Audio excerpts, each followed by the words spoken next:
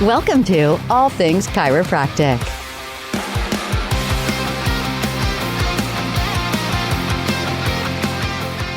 Welcome to another episode of All Things Chiropractic. I'm Paul Andrews. I'm Dr. Mark Davini. There he is. Hey.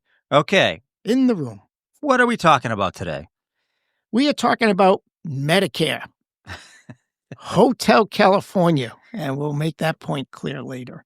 Yes, for us that are myself or younger, have no idea what you're talking about. I think the whole world knows the Eagles song, Hotel California. The Eagles? What's that? But you will know it when we're done. And it's really Medicare, risk or benefit. Ooh. So 3 terms come to mind when we think about Medicare and chiropractic. What are those 3 terms? The good, Wah, wah, wah. the bad, and the ugly. Anywho, so if we're talking about those 3 things, Doc, what is so good about Medicare and chiropractic, by the way? And I like Medicare. And I know all people just fell over in their chairs. And the reason for it is... Don't tune out. Don't tune out. Don't tune out. Don't tune out. And I'm going to tell you why. Okay. Medicare is the only one that is clearly defined. For example, they're the only carrier that lets us use the term subluxation. They're the only carrier that assigns the term subluxation to a chiropractor. They're the only carrier that actually has a code that they label the subluxation and assign it to the chiropractor. So it's exclusivity to chiropractic. They're the only ones who really have addressed us as a profession separately and distinctly, where all the other carriers tend to sort of generically lump us into some other category with the hope that we'll go away. One could say that the feds have validated subluxation as a term in chiropractic. It's in the Federal Register because unlike regular insurance carriers, Medicare is federal law. It's not policy. It's not opinion. It is actually in the Federal Register. And to change something in Medicare literally takes an act of Congress, which everybody knows Good luck they're changing trying to anything do. in Medicare. Exactly. Okay. But for the most part, even though there's limitations to it, what they do define is very clear. They tell us what we treat. They tell us how we can treat it. They tell us how long we can treat it. And they even define what we can do after we're done with them. So Medicare is not as bad as it sounds. And for the most part, if you think about the demographic that's involved in Medicare, those that are Medicare eligible or anybody on Medicare disability for the most part, but in the senior population, even though they may not have the most money as a demographic, they have the most discretionary cash as a demographic. So they can decide what they spend their money on, and they have the money to spend it on more than any other demographic. It's important. To translate that, they may not make the most money, but most of their stuff's paid for. So they have Right. they have extra money. Right. They walk around with more cash in their pocket than I do. That's Right. for sure. They don't say that. Right. but- They don't say that. I'm not saying they won't complain, and I'm being kind on podcast radio here or whatever, podcast, saying that that they will complain. Yeah. They will moan. They're not the a only little ones. bit. And they're not the only ones because money is always an issue. But what I'm saying is that they, as a demographic, not to say there aren't those people on very fixed incomes that are very deficient in satisfying their needs. I'm not belittling. All right, you that at all. qualified this statement. Okay. Okay. Hey, by the way, you are one of those people, I Mr. am. Medicare, so Yeah. you Which can bring- talk about your group all the time. Exactly. It'll bring me to the next point. We all need it. Yeah. You start hitting a certain age group, chiropractic becomes a requirement, not Yeah, a choice. Right. Necessity. It's a necessity. So, yeah, I do like Medicare. It's just one of those things where you say, wow, nobody really has acknowledged us as a profession and dissed us as a profession more Right. than Medicare, Right. which brings us to... the bad. Yeah. Yeah. It's almost, you could say, the duality of it too, right? Right. Yeah. So when looking at thanks for giving me the bad portion, because it's really easy. I could just go on all day about the bad. Yeah, well, you're the bad boy, so yeah. Yeah. So the rules for a, I'm not going to say a carrier, for a government entity that pays for so little in chiropractic, they have a lot of rules. rules that you have to stick by, stand by. I would even say that some of them feel a little anti-chiropractic. And what do I mean by that? Meaning the rules are clear. The good news is the rules are pretty clear. People like myself and Dr. Davini help people understand them because, until you're used to reading them, they might not be so clear. But the reality is, if you read like the maintenance, the term that what Medicare considers maintenance in chiropractic, Oh my God. right? It's clear what they're saying. Unfortunately. But it is sort of anti-chiropractic because it's everything that not only a Medicare patient wants, but a chiropractor wants to help a Medicare patient achieve, right? And it's similar though to carriers because we've always talked with carriers about things like wellness care and maintenance care or whatever. And a lot of times they'll say, hey, look, it's not that we don't believe in it. We just don't want to pay for it. Yeah, right. And so, again, one of the negatives or the bads is what they cover, which is really easy to outline. They only cover the spinal chiropractic adjustment. Then how come we always see everything but on non-covered service waiver forms like we'll get to the end, but so there's only three service codes in the books of thousands and thousands. A Federal Register. Yeah. So AMA CPT gives a book out every year. It's a hunky book with thousands of codes, but there's only 3 in that book that Medicare will consider covering in a chiropractic office. So otherwise, it's another good. I only have to remember 3. Yeah, from reimbursement, it's not so great, but yeah. Procedurally, I only have to know 3. Right. And so the other sort of the duality of it here is patients will walk in because they're hurt. But in actuality, when you look at Medicare's rules and policies, pain isn't what they consider or care about. It's not pain. It's what? Function, right? So when you're talking about, a patient who has pain will likely have limited function, right? And if you're a senior, you most likely have pain almost somewhere, somehow, all the time, right? Or limited function. You have degenerative stuff going on, and you're can't do what I used to do, right? So there's outcome assessment tools that you would use for metrics to help measure that, things like that. So again, it becomes fairly plain as you weave yourself through the rules, which are a pain. What, to me, one of the things that's kind of aggravating about Medicare, one of the 2 things we're going to talk about here is the fee schedule. Because even though there's only 3 codes, the spinal chiropractic adjustment that Medicare would consider reimbursing, there are 3 fee schedules attached to those 3 codes. And now, I didn't say that it wasn't complicated. Yeah, right. Exactly. They're just, And so anyone who knows a little bit knows that there's the participating fee schedule amount, the non-participating fee schedule amount, and also the limiting charge fee schedule amount. So my head just exploded. Yeah. Go ahead. And I don't want to get into the weeds about the fee schedule other than to say that in your office, you should know whether you are a par or non-par provider. And if you're like, well, I don't take Medicare, doctor, I don't deal with Medicare. I don't even have a Medicare provider number because I don't bill Medicare. I am just a cash practice. What do you think of that? That brings us to the ugly. Exactly. Brings us right to the ugly. Chiropractors cannot opt out of Medicare. And this is where the title of the podcast comes in. Hotel California. To quote the song, you can check out anytime you like, but you can never leave. Exactly. And that's Medicare. We're the Hotel California of Medicare is the Hotel California of chiropractic. And that comes from way back. The Medicare Benefits Policy Manual states and quotes the opt-out law, where it defines that a physician, a chiropractor is not a physician, which means we are not on the opt-out list.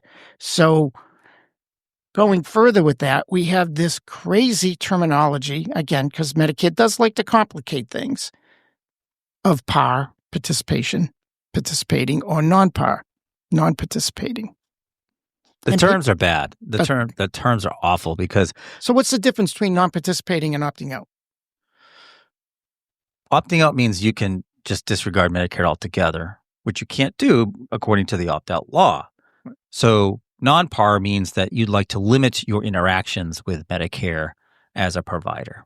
That's really what you're talking about, is limiting to the best that you can under the rules how much you interact with Medicare. Yeah, Medicare would equate par and non-par as being in network and out of network. The difference essentially. being, if you're out of network, meaning you're non-par, you're still in Medicare. Yeah. Which means you have to follow all the rules. You just have to follow the non-par side of the rules. So if you consider yourself out of Medicare because you're non-par, that's not true, is it? Not only is it not true, Medicare is unlike every other carrier and entity under the sun, because for you to obtain a PTAN, or Provider Transaction Access Number, which is basically your Medicare provider number, to obtain that on the application, it says, when did you first see a Medicare patient? Now, most carriers, you're used to saying, well, I have to contract, wait for my welcome letter, know the effective date, then I'm in network, then I'm able to see these patients under network coverage. Medicare says you can't even apply for a Medicare number provider until you see a Medicare patient, which means that the effective date will be the day you see that Medicare eligible patient. Yeah. So you're really not applying for Medicare. Medicare is saying, just by virtue of you being a chiropractor, you're in Medicare, and you have to validate or credential. You have to validate more than credentialing. It's a validation that you will be treating them either as a par or non-par provider. Essentially, Medicare is saying to the provider, the minute you see one of our members, our Medicare patients, you're subject to all things Medicare. We don't care if you put in an application or not. We're going to protect our members the minute you see them. Period. End of story. And that means that for active treatment care, you are in Medicare the second you treat a Medicare patient, and you cannot treat them. You cannot refuse to bill, in a sense, Medicare patients under active treatment, and even if it's just for cash. So once you're in Medicare, you are required for active treatment. You are required to bill Medicare based on the direction of the patient. Yeah. That's really what it comes. It kind of leads us into the ABN discussion a little bit, doesn't it? It that does. Advance beneficiary notice. Because I can tell you that when we get questions about the ABN, which is a lot by our members, a lot of times they're just using the form wrong. They're using it as a non-covered service waiver form. Right. But again, Medicare is very clear about what it can and cannot do.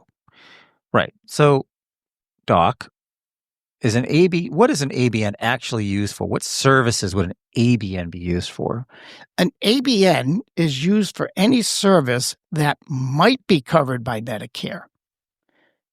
Well, I mean, it is covered by Medicare, but might be reimbursed or may not be reimbursed. So it's a covered service that may or may not be reimbursed based on the circumstances, as opposed to a non-covered service, which is never covered statutorily. So if we tie this back into what we said previously about what Medicare covers in a chiropractic setting, if the ABN is only used for those services that Medicare would consider covering, how many codes are we talking about?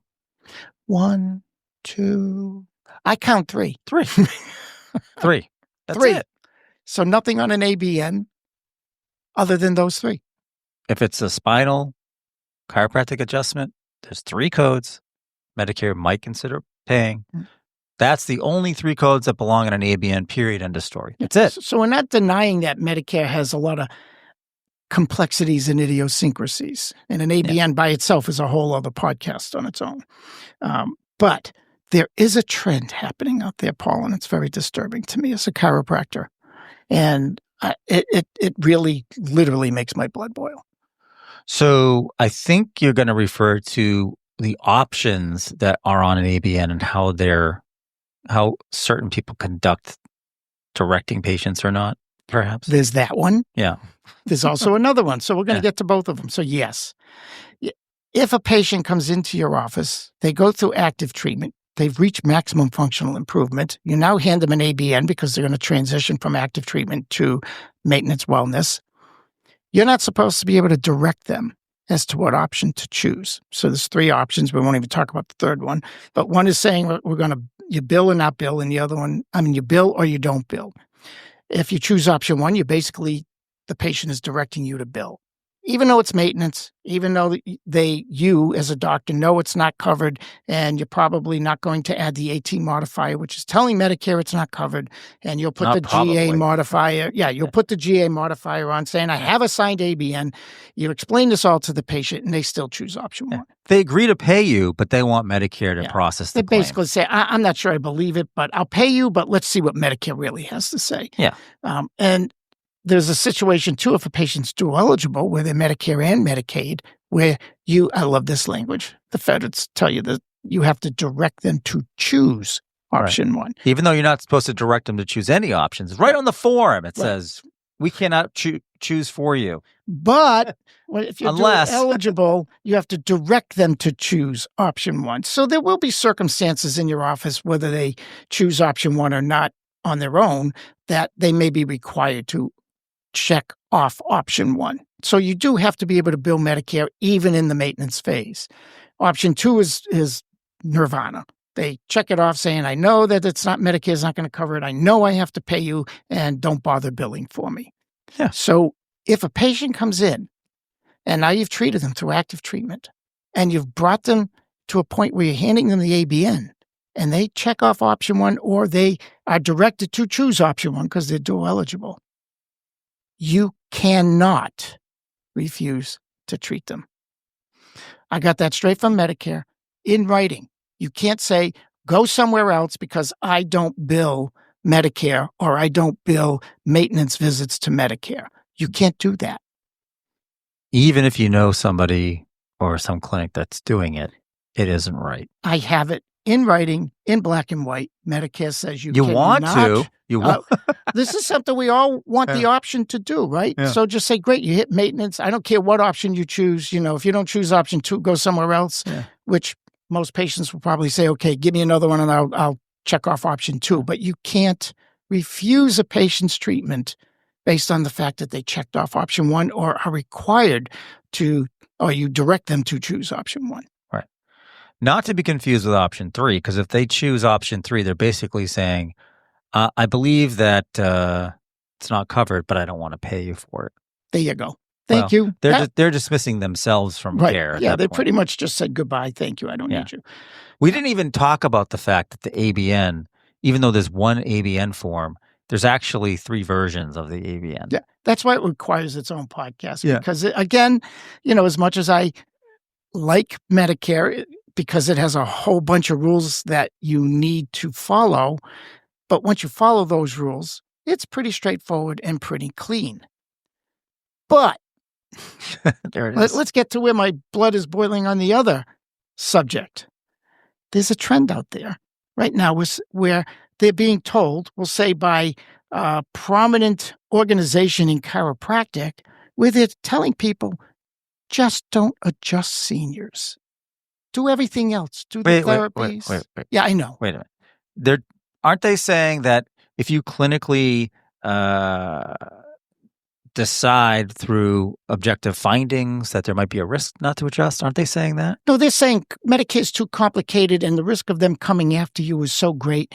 Do yourself a favor. Just don't even adjust them. Do all the non-covered services, but don't do the only covered service. Don't adjust them. This is chiropractors now. This is what they do for a living. This is a major organization in chiropractic directing chiropractic, or at least suggesting that this is an option. And, I really have a clear path in my mind for this. Number one, it's fraud. Yeah. Because what you're treating is not what you found. Right. You find a subluxation, and the only treatment that can address that subluxation is a chiropractic adjustment. Medicare recognizes that. It's in the Federal Register. So if I ignore that, I'm not doing what's best for my patient. And I'm asking them to pay for services that sort of dance around the subluxation, but don't address the subluxation. Oh my God. That sounds like they're violating my mantra, which is the doctor treats the patient and the biller treats the claim. Right. Now it sounds like the doctor's treating the claim. And I'm confident that probably in all 50 states, there's a reg that has something to do with the doctor having to treat a patient ethically, compliantly, and in the best interest of the patient. Oh, absolutely. Say I needed open heart surgery, which is a very risky procedure. And your surgeon goes, it's just too risky. I'm going to do an appendectomy instead. Yeah. Right? I get paid better for an I get appendectomy. paid. It's easy. I'm in and out. It's quick and easy, and I can get paid better for it. Right. So number one, it's fraud. Number two, it's complete violation of our oath as a chiropractor, that we want to help people. We don't want to hurt them. And doing everything but an adjustment is hurting a senior. And let's face it, we all have subluxations by the time we're at that point in our life. So it's just wrong. And essentially, you're practicing physical therapy, because I'll do anything and everything but adjust. So people out there, I'm going to say this plain and simple. If this is something you consider, if this is something you do, please do me a favor. Get out of the profession, because you're not helping them and you're not helping my profession. We have an identity problem enough as it is without having chiropractors out there not doing what chiropractors do. Well said. And you think about it, you're that doctor who decides, I'm not going to adjust because some organization said, don't bother. Yeah, we're not saying it's not clinically risky. Yeah. You know what I'm saying? We're saying that an adjustment is safe and sound and you can do it, but because procedure is so complicated, I'm not going to adjust you. If you don't adjust because of the patient's, risks, that's understandable. That's different. But are you going to tell a judge and get cross-examined, and when they ask you the question, doctor, would an adjustment have helped better? Or could you have adjusted them? And your answer is, well, yeah, I could have. It's just too much of a hassle. Right. Or I should have. Yeah, but it's still too much of a hassle. I don't want to do it. So, or somebody told me I didn't have to. Well, their name's not on that claim or on that documentation. It's your name on there. And if you take the adjustment away from what we do, we're not chiropractors anymore, because it is what we do and everything else is supportive to that. Exactly. And most state laws probably echo those types of sentiments in their rules, regs, and statutes. So where do we go? I mean, we've talked about some of the ugly. We've talked about some of the bad, some of the good. But right now, chiropractic is in this place where they only cover these 3 codes, which is, the chiropractic spinal adjustment. And the rules seem pretty, I wouldn't say they're not simple. They can be complex, but they're in black and white. They're there. Again, people like yourself and me help people interpret and understand them. But, do you think there ever would be an expansion of Medicare coverage? Well, we can always hope, because, again, if you watch chiropractic's progression through the years, we've have made huge changes. And we know that right now there are bills filed in Congress to expand our covered services for chiropractors, exams and x-rays and such. So yes, I do have hope, because who loves chiropractors more than seniors?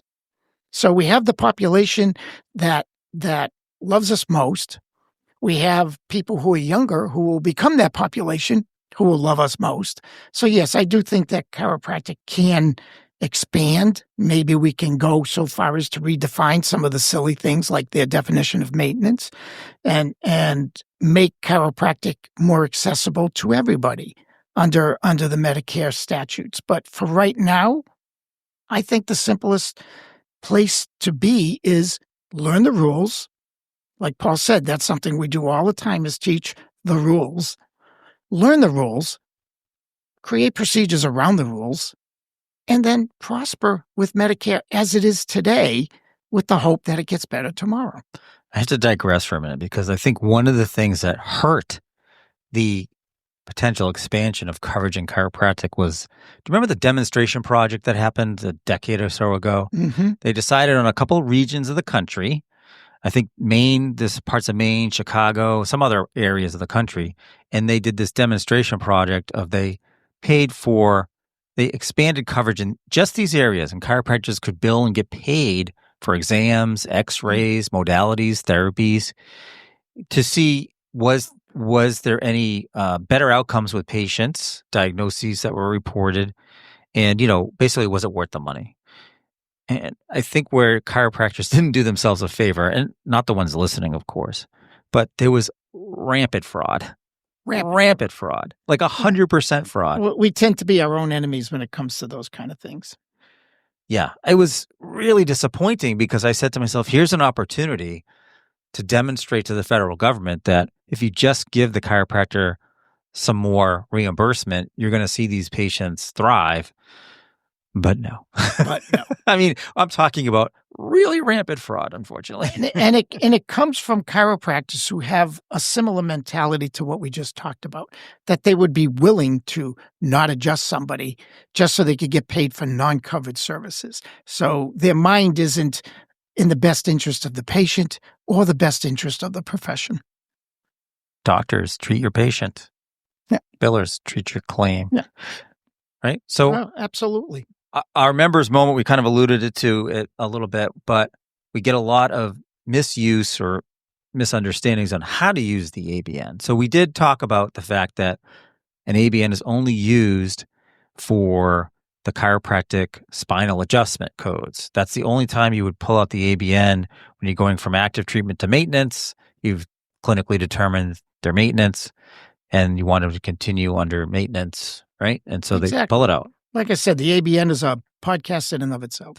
But the question is, well, how do I handle the non-covered services, doc? Like, what do? I can't put it on the ABN, but I want them to pay for it. You would use a non-covered service waiver form, and that can take the shape of a good faith estimate, which is the No Surprises Act that we have to follow. So again, there are rules. We're never going to deny that there aren't rules. These aren't specifically Medicare rules. They're just rules.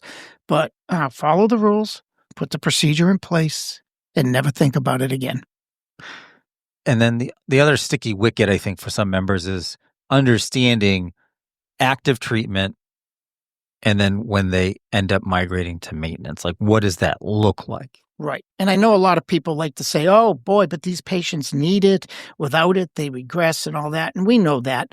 And Medicare knows that. And if you read the definition of maintenance, you could see how they have covered their butts as far as making sure that anybody on regular care, and if you read that definition, it just comes out to be anybody on regular care is considered maintenance.